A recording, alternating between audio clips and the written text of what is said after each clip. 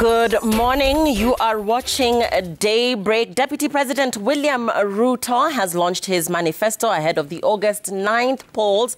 Dubbed the plan, Ruto anchored his blueprint on economic renewal, saying Kenya's economic challenges require immediate attention, and that is one of his priorities if he makes it as president come August. Now, gentlemen and lady, I want to continue our conversation from where we left off, which was on, and I'll start with you, Gloria, and this is actually feedback that we're getting from one of our guests, of our viewers. The phrase, quote unquote, that K.Kwanza will not mutilate the Constitution. And yet, when we look back into history, when Kenyans were demanding for a new Constitution, the DP, the now DP, led the No campaign. And therefore, people asking and wondering why this sounds like a contradiction and whether it is actually double speak. We're going to be looking at issues such as sections of the Constitution that have not been implemented.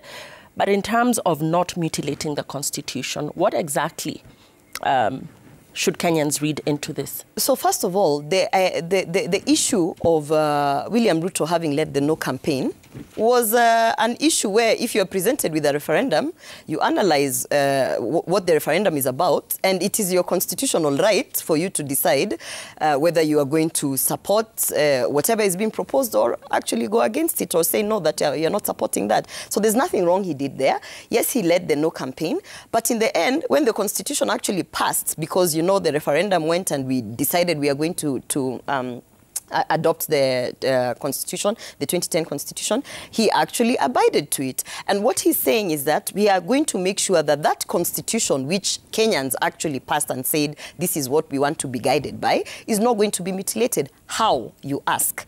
Number one, starting with even the issue of appointing judges, you know?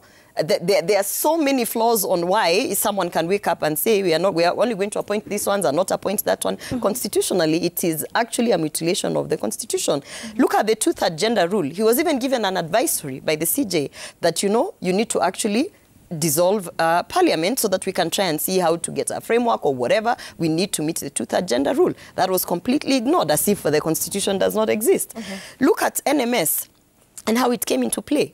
NMS is actually an illegal institution against our Constitution, which actually we pushed for devolution and insisted that we are going to have counties.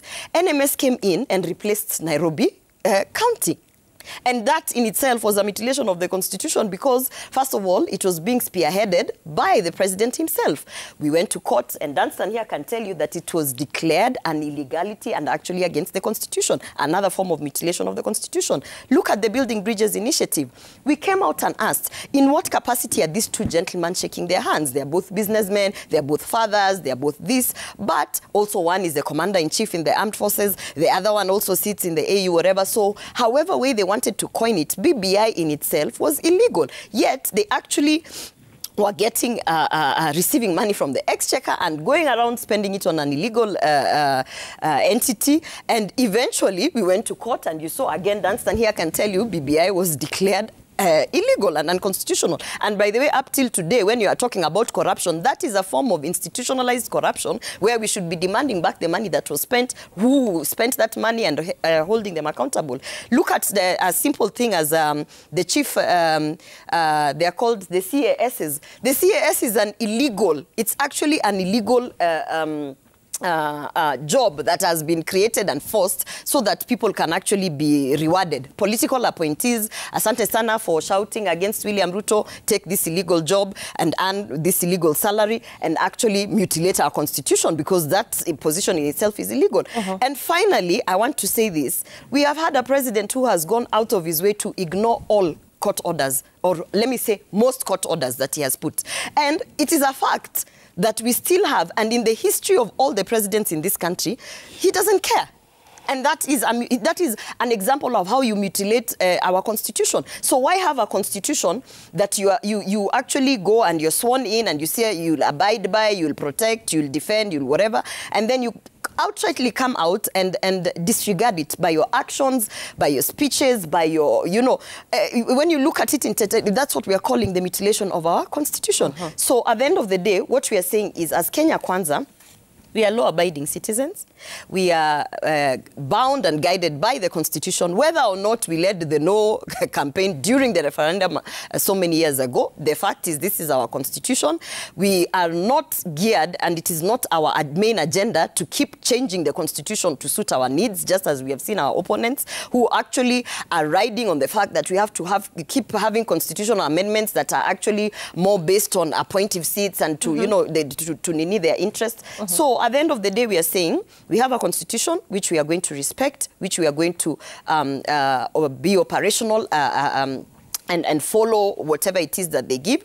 And I'll tell you that most individuals within the K.Kwanza, me being one of them, I can tell you I was a petitioner for the degree issue, and it's because you understand that if there's something that is wrong, you go to the Constitution, you read it, you understand how do you protest or actually try and change or try and defend whatever it is that you put, and you follow the Constitution up to the letter. K.Kwanza will not mutilate the Constitution, Wakili. What do you make of all of this? And in terms of entrenching independence of the judiciary, in terms of appointing judges nominated by the GSC to the Court of Appeal in 7 days, does this sound achievable? Does it sound realistic in your opinion? One, it says, there's this term, and I want Kenyans to understand that there can never be anything called mutilating the Constitution. The Kenyan Constitution has provisions on how it can be amended. That is not what is called mutilation.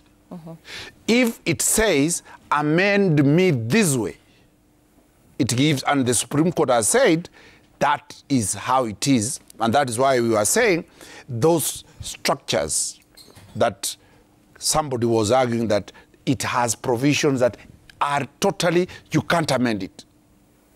Number two, K.Kwanza is saying they will not mutilate the Constitution. If you look at a women's agenda, they are saying, I read exactly the way they have said, 2/3 gender rule in elective and appointive positions in public sector within 12 months. President William Ruto will be sworn on the 10th or 11th of August. In 12 months, that is next year, August. How will he deal with elective positions when people have already been elected for 5 years? Unless he's telling us that he will now amend the Constitution, bring a general election in 2023 to effect this. It is a total lie that you can effect an elective post within the next 12 months. Brilliant. Let me look at it. Two, he's saying, he talks about another issue of appointment of the judges. He will get to know that the appointment of judges is still a question in court at the Court of Appeal. And until that question has been decided, he has no power. A matter that is at the Court of Appeal, unless he's saying he is going to overrule the Court of Appeal, because once that matter is still alive at the Court of Appeal, it might go to the Supreme Court. So let not anybody lie that he can appoint the judges within 7 days. But if the decision of the courts, if the courts make those determinations before then he'll do that. Number three, he's talking about, look, establishment of a special tribunal for gross human rights violations and enforced disappearances. Under which constitutional provision, if it's a court of law, is it a tribunal? What will it be? Is it going to be superior to the judiciary? So that is the question I'm looking at, that in this manifesto, I think they failed to get lawyers to advise them on that. Then he also says he's going to audit judicial liabilities and shortcomings within the first 3 months. He is going to audit judicial liabilities. What are these liabilities? Are they financial? Are they decisions that have been done by the judiciary that now a different independent arm of judiciary is going to be under William Ruto and his team? This will be a serious affront if the independence of the judiciary is being attacked right from the point of inception. He says also another constitutional issue he's raising here is about strengthening the police oversight and appoint an ombudsman to focus on human rights violations of the youth. What, Gloria, tell William Ruto and his team that there exists what is called IPOA. The oversight of the police is under IPOA. We are now creating another oversight on the question of the youth. A political slogan to entice the youth that we are creating another oversight over the police to do that. In summary, the question about the fund, he's talking about the equalization fund, he should be alive to the fact that already Parliament has enacted the law, already the budgetary allocation for this budget for the equalization of the judiciary fund has started, and in this budget, as the president signed, the money will be there. So there is nothing new he's telling us. I do understand where they are coming from. They are torn between how do we deal with the monster of the BBI. My good sister has raised serious political speeches, not legal speeches. The BBI has been decided conclusively at the Supreme Court. 2, where we are saying money that was used was state funds, and they will recover that money.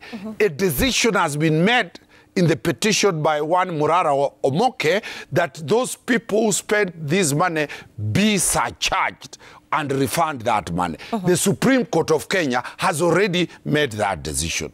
They are not aware about it. You can never follow anybody to say that bring this money that is there. So in summary, here we have a manifesto that purports to defend the sanctity of the Constitution.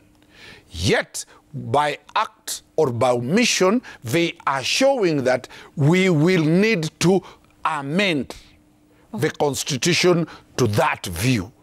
And I have no problem any Kenyan wanting to amend the Constitution. The Supreme Court has said, if you are not the president, go through the people's, the popular initiative. Anybody, 45 million Kenyans can do that.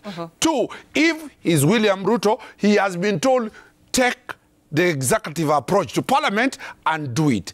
There is nothing wrong to amend the Constitution, but what I'm against is anybody trying to impute that that is an equal to mutilation. Let me finish one thing about compliance with the court orders.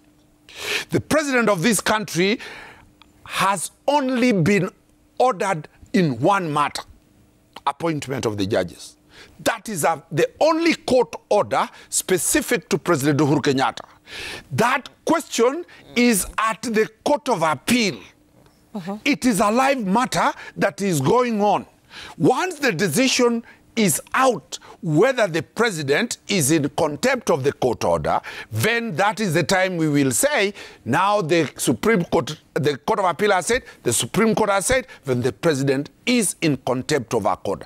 As we are now, there is no contempt that the President of the Republic has been, with finality, been ordered. And now, the other orders, and this is what everybody should understand, a court order specifically for Danstan Omari to do the job, I being the NMS boss, I being a PS, is not the president. That officer who has been in contempt is held alone liable.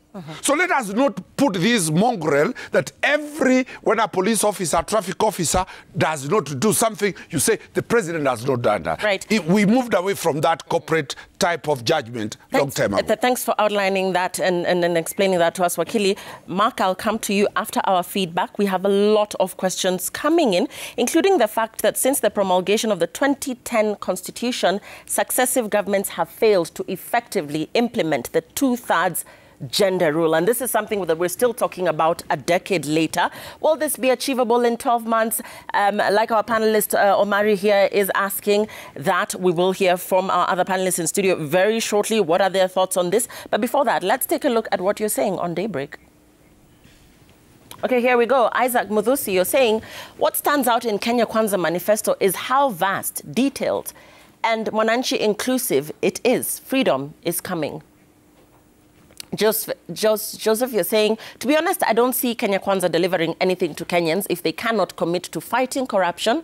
Broadening the tax bracket without sealing the corruption loopholes will amount to nothing. Corruption is what ails Kenya. Bob Otieno, you're saying, K.Kwanza manifesto launched yesterday by DP William Ruto flows and resonates well with his bottom-up economical model and captures many problems affecting majority of hustlers. Paul already you're saying the K.Kwanza and Azimio agendas for Kenya are great, but the financing is the big question. Ending corruption is not something they will do if they have not done it all this time while in office. Those manifestos are smokescreens for sinister leadership. Omanto, you're saying K.Kwanza's silence on corruption spells doom as corruption, money laundering, economic sabotage, crimes remains the greatest impediment to guaranteeing decent living for all Kenyans. We need a government that will deal with corruption once and for all. Aleki, you're saying, give it to K.Kwanza. Their manifesto is well broken down, explained how the Azimio manifesto was majorly vague, lacked details. The K.Kwanza plan is achievable and practical. Local solutions-based Azimio manifesto imported their policies. And lastly, Nyanza reporter, you're saying Uwezo Fund, Youth Enterprise Fund, failed because Kenyans thought it was a token from the politicians. It's the same feeling, attitude by Kenyans about the Hustler Fund. We cannot do the same thing again and again whilst expecting different results. Let's begin with comparing practicability of the two manifestos, Mark. When you look at Azimio and when you look at K.Kwanza, draw the parallels there. And also, you know, a viewer there saying that what stands out for him in terms of the K.Kwanza manifesto is that it has given the details, and he also feels that it's given the how. But in terms of the Azimio manifesto, he felt that it was more on the details, but not the mechanics. Thank you, Lillian, for that question. Just allow me to just quip a little bit on the conversation that was foregoing, and that is the question of mutilating the Constitution. And Gloria saying that the appointing of CAS was unconstitutional and amounted to mutilation of the Constitution. And yet we sit in a K.Kwanza power structure where they've created the position of Chief Minister.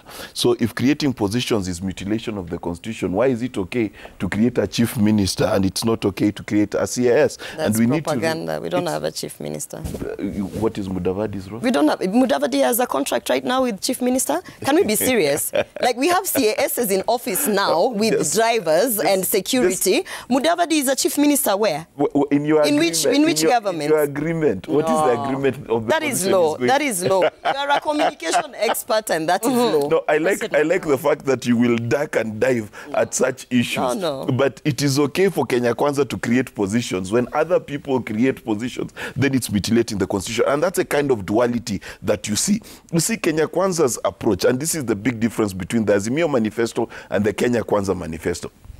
Kenya Kwanza manifesto is populist. Why is it populist? When you talk about creating a special commission to look into the issues of youth and how they've been handled by the police, you are then simply forgetting that there's a Kenya Human Rights Commission which exists for that very purpose, which does its work every day. So when you want to create another entity, you're duplicating roles, which again is mutilating the Constitution, because the Human Rights Commission is a constitutional body. So this is the biggest difference, that Kenya Kwanza wants to play to the populist gallery, which is why if you look at their manifesto, much of it is about goodies and expenditure. Very little of it is about how actually you're going to grow an economy, and that takes leadership and that takes sacrifice. For example, I'll give you an example, the Hustler Fund versus industry. The truth of the matter is this, that Kenya is at the point in its development curve where we need to develop industries. It was true for Singapore, it was true for China, it was true for the United States. After you build roads, you build trains, and you have expanded airports, and you have 2 ports at your coast, the next thing you need to do is have products for you to export. So you need to industrialize. So one of the biggest differences is one county, one product versus Hustler Fund.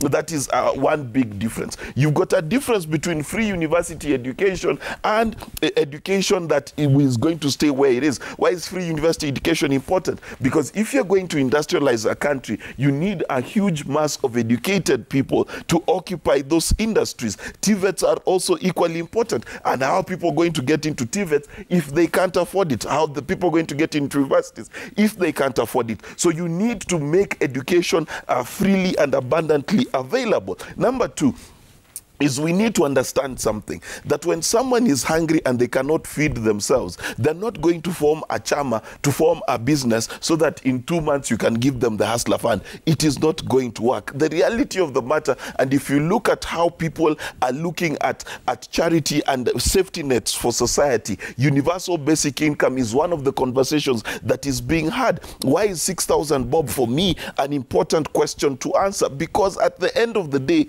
to get on a ladder, you need that first rank. You need to be able to eat. You need to have shelter. You need to be able to clothe yourself. That's where dignity begins. And one of the things that has been proven worldwide, if you want to help people, you need to put money in their pockets. How does money in their pockets change the society? They're able to buy more products. They're able to live more decently. They're able to go to school. And what happens? You begin to transform your society by creating even more businesses. So what is the compendium? The compendium of the issues is this. The number 1, if you take the Kenya Kwanza route, you're going to take a route where we are going to be fighting big business in support of small business, and these small businesses, only 10% of the population are entrepreneurs. That is a fact across the world. Kenya is not going to be different, where 90% of us are entrepreneurs. So the Hustler Fund is only going to benefit 10%. On the other side, what you've got to ask yourself is the Azimio approach of things is a tried and tested and proven method. It is what China did, it's what the United States did, it's what Singapore did. This bottom-up model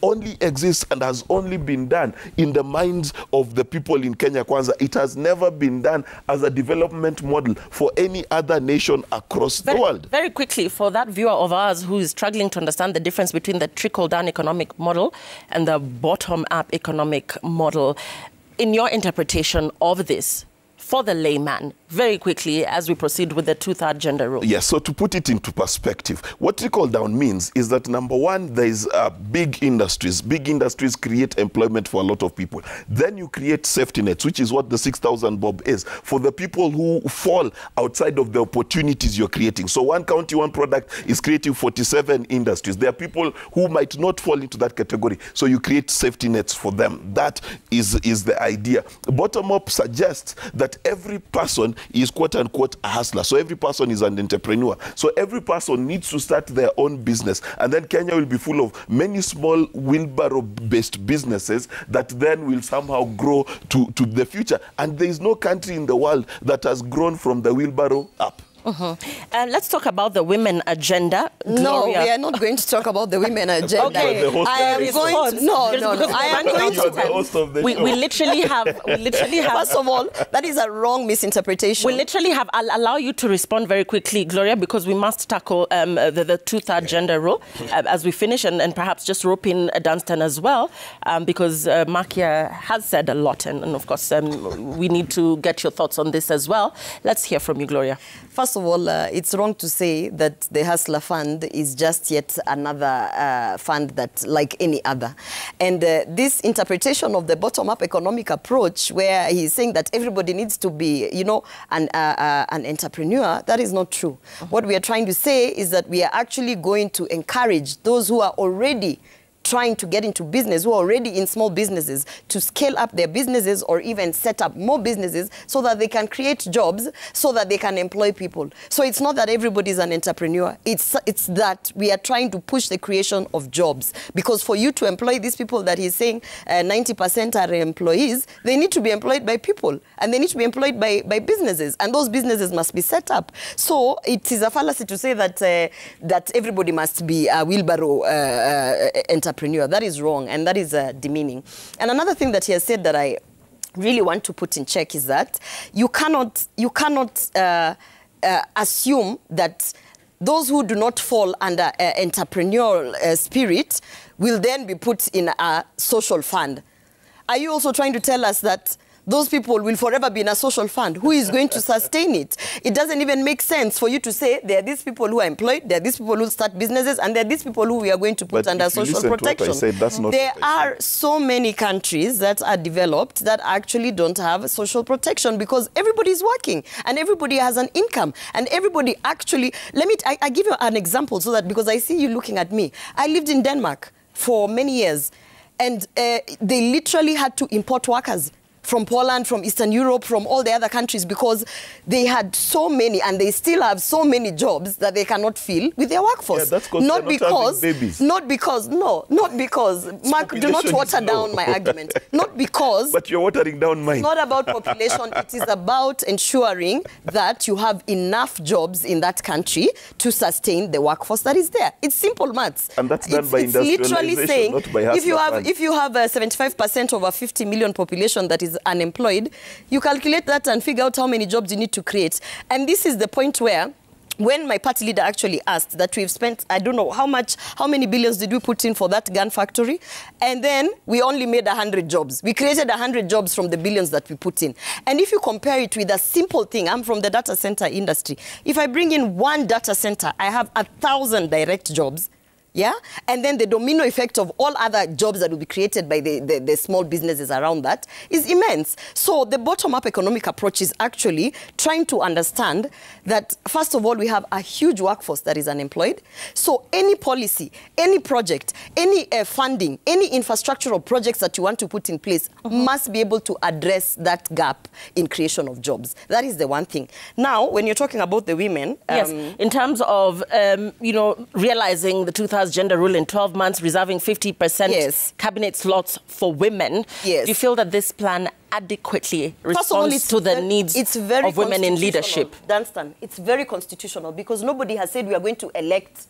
We are going to resolve the issue, starting with a framework. We actually don't have a framework. The reason we were unable to realize the two-third gender rule is because there is no intentional framework that we can even put forward to IEBC or to the political parties or to whoever and say, now, come next election, this is the framework we're using. This is how we are going to ensure that we actually have a two-third gender rule instituted. So it is possible for you to put together a framework in terms of the elective seats in 12 months. And then it is possible for you in 12 months to be able to make sure that government on all appointive seats, agencies, boards, you can realize the two-third gender rule. And I think the one thing that I dislike about our opponents is they need to come out, instead of poking holes, show me what you're going to do about the two-third gender rule. Absolutely nothing. There is no intentional approach there.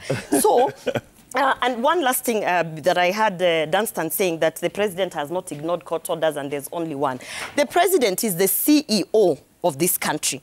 That means any order that is directed to the state that should be followed by the state he is held accountable because the back ends with him. It stops with him. So when you have orders, for instance, even of Miguna should be back in the country. There were orders there that she should be allowed back in the country. And the state officials who are actually there representing our CEO, who actually are taking instructions from our CEO, were unable to actually execute that. So it is not that we are saying Uhuru Kenyatta's orders, but he is the CEO. So therefore, any orders that have been directed to the state and that have been ignored by those state officials, why are they, those state officials are not being held accountable? Why are they not being fired? Why is the president encouraging it and cheerleading? So in essence, he is actually mutilating the Constitution, and he has ignored those court orders. That is one way of how he has mutilated those constitutions.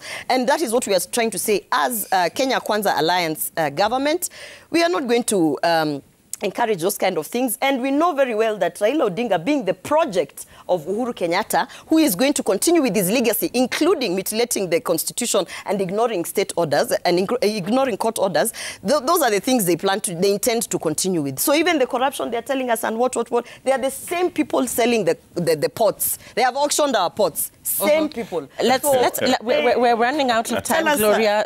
I thank you for your thoughts on that. Omari, your thoughts on the women agenda, briefly, because we need to go quickly into the cost of living. Let's get your thoughts on the women agenda. Lillian, allow me, please, kindly to divert. On the question of women, yesterday, a woman, deputy running presidential candidate, Martha Karua, rally was attacked in Kisii, my backyard.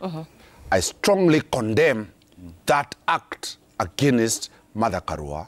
Was it an act against Martha Karua as a person, or was it an attack against? It was women's, it was a woman's function. Right. It was infights by their own country. All I'm saying, there is no justification at all, whether it was a woman, whether it was a child, whether it was anybody, for such barbaric action. And once again, just a week after we had this conversation, we're seeing political intolerance with less than 40 days to go to the election. That's what I'm saying. It is such a serious question. And when the government will swing into action, my good sister and his camp will say that is weaponization of the DCI. We, yesterday, as more than 300 lawyers, Kisii lawyers, we gave a statement at Serena condemning that act, that whoever it is, we don't want political intolerance in this country. Everybody is free to go everywhere, campaign, whether with what gender, whether with what formation. The Kisii people are loving people. And it is very, very humiliating that it was a woman's affair and somebody decided to bring political violence in that. Thank you very much for allowing me that. I was very bitter yesterday, and all the Kisiis are bitter for that action that was done. Two, on the question of the gender rule, this is not. And as I said, when this manifesto, Akinandi, were developing, there was no lawyer there. This is not about administrative or executive decision. It is a parliament question. It is about the members of parliament in implementing that provision of the Constitution. How will Kenya Kwanza implement this?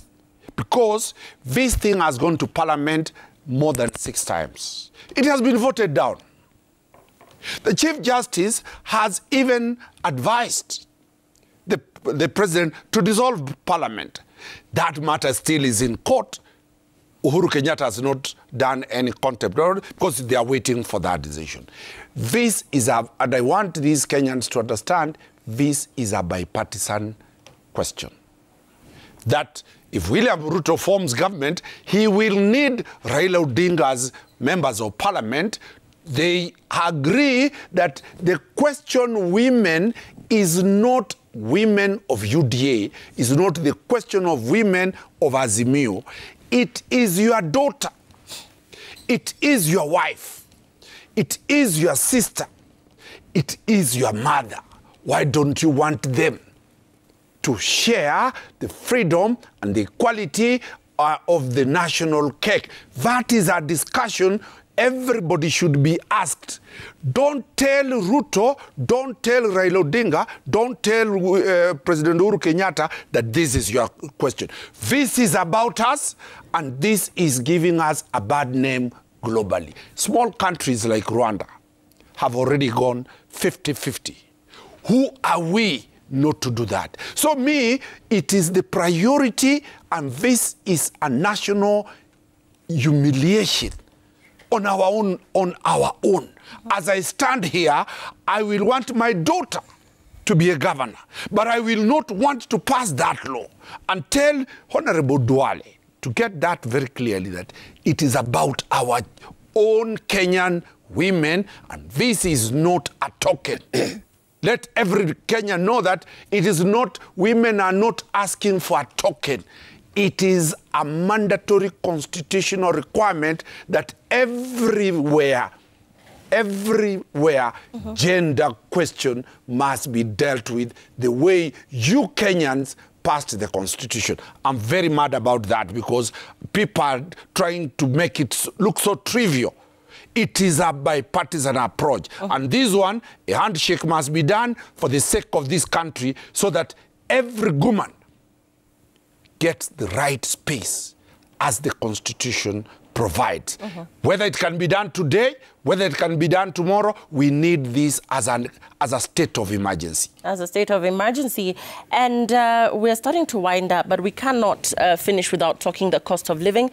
And K.Kwanza said, and this is quote unquote, that the country is walking through a perfect economic storm. So in terms of what ails the economy, Gloria, as we begin to wind up, in terms of the cost of living and attempts by K.Kwanza to mitigate this, what does the K.Kwanza manifesto say, just very quickly and very briefly, in summary, in terms of what ails the economy and where lies the solution?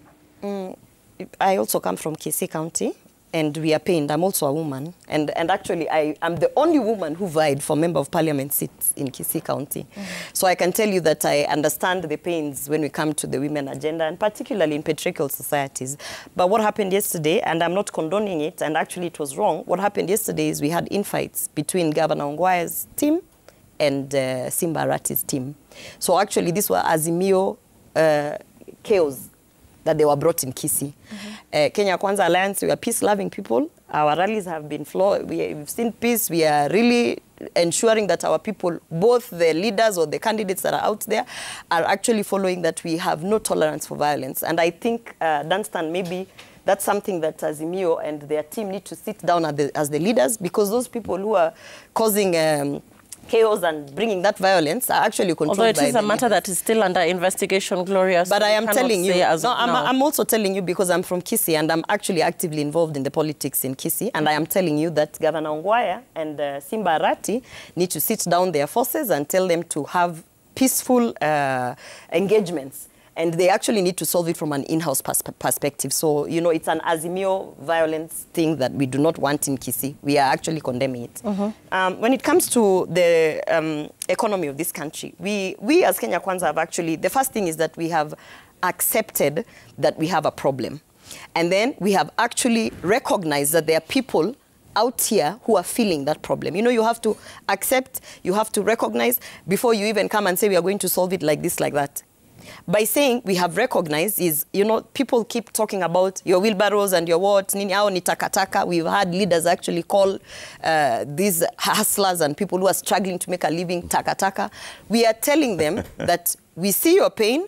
We are going to sit down with you, which we did in the economic forums, all 47 economic forums in every county. And we spoke to those people and we tried to understand, okay, in this area, what are the pain points? What are the challenges? And what we found out is very simple. Everyone is trying to earn a living. Actually, it boils down to every single person in this country is trying to earn a living, either through employment, either through self-employment or, you know, business.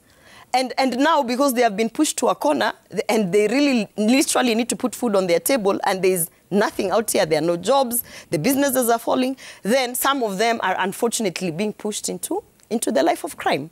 So, and that's why the plan that we put forward, not the manifesto, the plan that we put forward is actually addressing how every single Kenyan atakuwa na pesa mfukoni.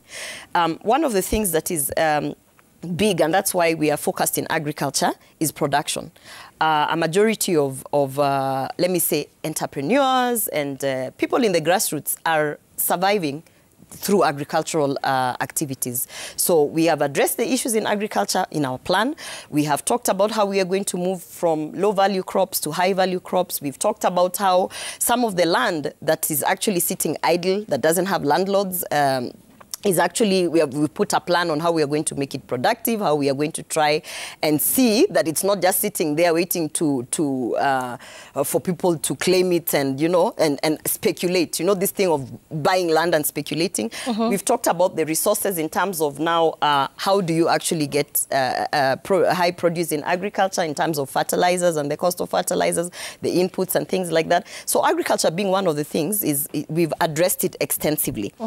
The second thing is manufacturing, which unfortunately Bichache keeps talking about MSMEs as, you know, we don't need this kind of things, A, B, C, D, blah, blah, blah. But please desist. At the end of the day, I said they are 10% of the population. Did I say we don't need that? They are 10% of the population, but they actually should be more than 10%. You did not say they're not needed, but you also disregarded them. Yeah, yes, you implied that too much attention is being put into the MSME. What we are trying to push, and I liked the example that my party leader actually gave out yesterday in terms of hides. Yeah, in terms of the leather factory. Yeah, and in terms of how we don't need to import anything. We don't need to buy. You know, we have everything. We have the hides. We have the resources in terms of human resources, like to push into that manufacturing space. And the only thing we need to do is actually invest in equipment and basically push for MSMEs to get into that space. So I think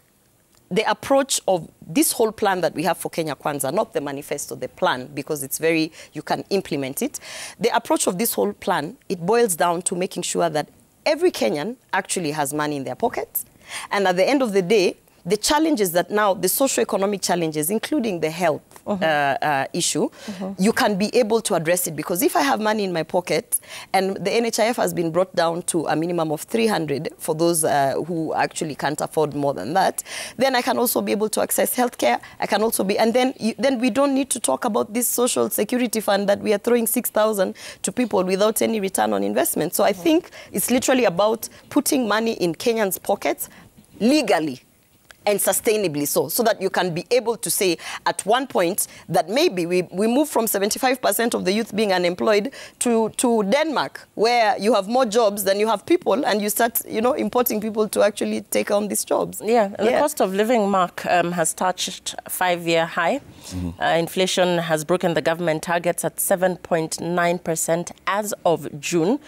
It doesn't seem to be getting any better. So looking at the K.Kwanza manifesto and what they have outlined, did you see any attempt to mitigate the current state of affairs? We've seen a drop in unga by 2 shillings. It's laughable. I like that he laughs. It is something. I mean, 2 shillings makes a difference for most of the families in this country. Really? But in terms of attempts in this document or in this manifesto or in the plans therein to mitigate the current state of affairs as regards the cost of living in the country, what do you make of the K.Kwanza manifesto? The one thing that both K.Kwanza and Azimio agree on is that agriculture is one of the things that we need to solve. And part of the ways of solving that, they both agree that idle land needs to be used. And I think they both have not gone far enough. Why have they not gone far enough? Because the best way is to go the way Japan did it. Japan, being an island, understood that land is a precious resource and it cannot be used for speculation. It cannot be used for people simply to own land for the sake of owning it. So they went on a grand plan to actually consolidate land so that they could produce their own agriculture. Why am I saying this? When you talk about the price of unga going high, it's not just a function of the farmers in Kitale. It's also a function of how much unga we import from Tanzania and the region. It is also a function of how much palm oil we import into the country, because we have no palm oil plantations. So the first thing that both Azimio and K.Kwanza have done is talk about agriculture and the investment that is needed, not only just in inputs, but also in terms of value addition thereafter. But what the issue is, and I want to now to situate it properly, Kenyans must be told, I do not think there is a government that is going to come in that is going to solve the economic pressures that the world is going through. Because if you look at Europe, for example, inflation has hit over 10%. You look at the United States, they're doing 9%. This inflation is affecting the whole of the world. And we need to also tell the Kenyan people, because it is a civic duty, that we need to tighten our belts. It is going to be a tough time. It's going to be a rough ride, because the whole world is going through that rough ride. Kenya is not an island. But having said that, I must correct a few things. That number one, 75% of people are underemployed, not unemployed. The issue we have in this country is underemployment and informal employment. And if you're going to solve it, which is why I'm talking about industry, and I'm talking about industry as an SME businessman myself, because that's what I do every day. Listen, an SME will employ 10 to 15 people if it's doing very well. An industry will employ 1,000 people, 2,000 people. That's the direction we need to go. And Gloria herself gave an example here of bringing a data center. A data center is not a wheelbarrow. A data center needs sophisticated technology, needs people, engineers to be able to maintain those servers. So the truth of the matter is this, that I am not disparaging the role of SMEs. I am simply saying that the SME route is not the way to get 90% of Kenyans employed. It is not the way to ensure everyone is employed. Each of these manifestos has a role for SMEs, and it is an important role. But at the end of the day, if we are not going to address the issue of the industrialization of this country, then we are lying to the Kenyan people. If we are not going to see what China did in terms of putting mega industries in China that today are supporting that economy, if we are not going to look at South Korea and look at the Samsungs and LGs of this world to see how many, and they employ in one just Samsung campus over 50,000 South Koreans. So we cannot then say that we're going to build this country using the wheelbarrow model. It is not going to work. And I know it may hurt people, but that's a fact. We need industries and we need SMEs, but we need industries more. And the role of government is to industrialize this country. Right, Dunstan, your thoughts, and then we'll get feedback. The DP is saying we're spending 360 billion to import food items, saying agriculture is where the solution lies if we're going to see an end to some of the issues that the nation is facing, such an extremely high cost of living, high cost of unga. Unpack this for us as we take feedback and begin to close. Agriculture is the backbone of the Kenyan economy. It cannot generate enough to create employment, to create taxes, to run a nation. The type of agriculture that I'm seeing here is small-scale agriculture for subsistence so that we have food security. Once we have food security, how do we get the foreign exchange? How do we get the hard stuff to export? So in my own view, when you look at models all over, not everybody is a farmer. We need to create few farmers to do large-scale farming for food production. We go the route every country has gone, urbanization. The land tenure question is a problem in this country. Everybody has a strip, like in my place, everybody has 50 by 50, 20 by 50. Whoever has an acre, that is the biggest guy in that region. How do we consolidate the land question the way the Constitution has provided on land tenure, remove people, bring urbanization, put people in urban centers, leave the land for farming so that the 2-3 farmers can feed all these people. Provide for them electricity, water, health within a centralized area. The era now is urbanization. Number two, when you look at the cost of living, where do the people take their money? It's not only food. You come to the question of education. Every parent is paying school fees. Every parent is incurring an educational cost.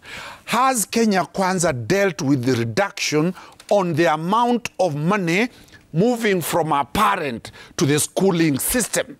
They did outline that they would be very keen on free secondary education so that there would be transition.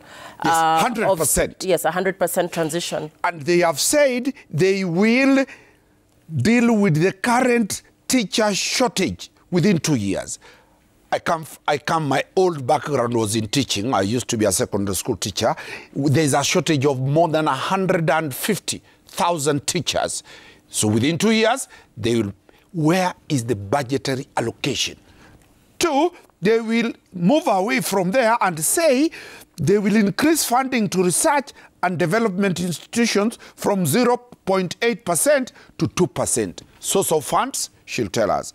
Then they will double the amount of money allocated to school feeding program, source of that money. Then we have, lastly in that, they will review the current exam-based system of academic progression and include alternative entry. This is what government is going to do. Where is that source of money? They have also another item. When you get your money, you take it to the health sector. In the health sector, they have said they will provide a mandatory national insurance. Who funds? They have not said. They will deal with the National Fund for Chronic and Catastrophic Illness and the injury costs not insured. That is another budgetary item. Establishment of level 6 hospitals in 6 new sites. So another cost on that.